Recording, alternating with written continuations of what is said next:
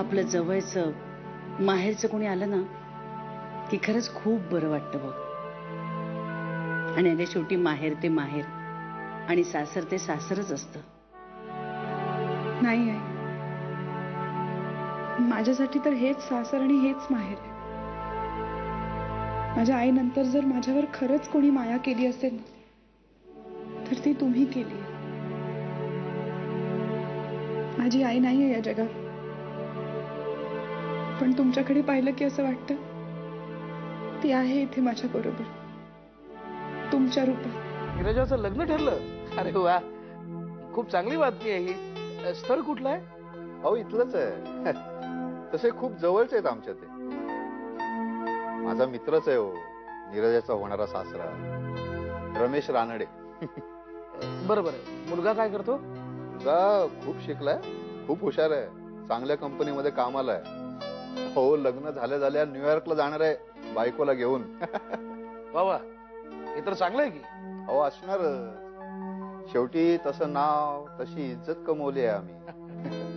आमच्या मुलीवर संस्कारही चांगले केले. संध्याकाळी 7च्या आत घरात असते. उगाच नको त्या भानगडीत कधी लक्ष घालत नाही.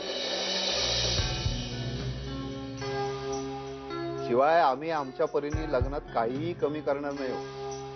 तिला हवं नको ते सगळं देणार आहे, अगदी सोन्या नाण्यापासून. काय हल्ली हे सगळं वाचवण्यासाठी ना मुली लव्ह मॅरेज करतात. हो, लव्ह मॅरेज असलं की हे मानपानाचा प्रश्नच नसतो ना.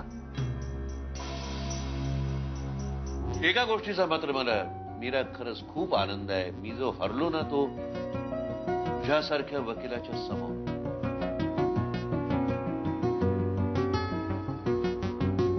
सर, मी काय म्हणते, सांत्वनाची गरज नाही मीरा. चूक कबूल करण्याइतकी हिंमत आहे या धर्माधिकारीला. थोडंसं कठीण जात आहे पण होईल. I really appreciate. I congratulate you and God bless you.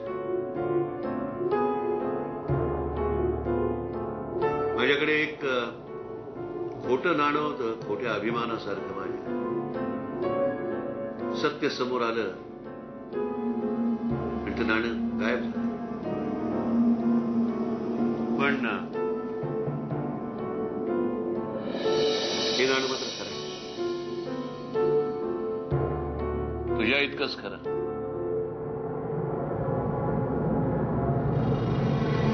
तुझ्या ह्या यशाची आठवण म्हणून ठेव तुझ्याकडे. ती माझ्या बापाची कमाई नाही म्हणून देतोय.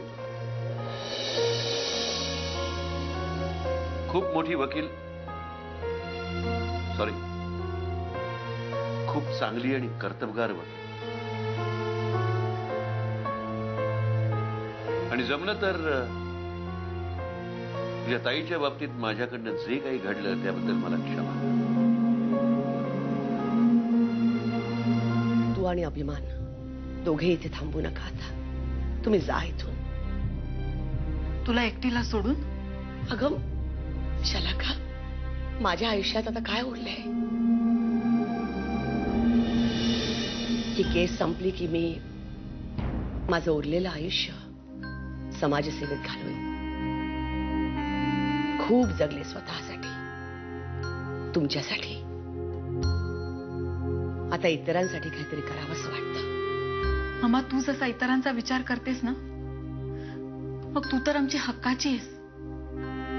आम्ही तुझा विचार करायला नको? ते काही नाही. मी जर इथून कुठे गेले तर मी तुलाही माझ्यासोबत घेऊन जाणार, हे नक्की. मी तुला इथे एकटं सोडून कुठेही नाही जाणार. राघव म्हणतात मला. नमस्कार. नमस्कार. पण कोण हवंय आपल्याला? मनस्विनीताई केतकर.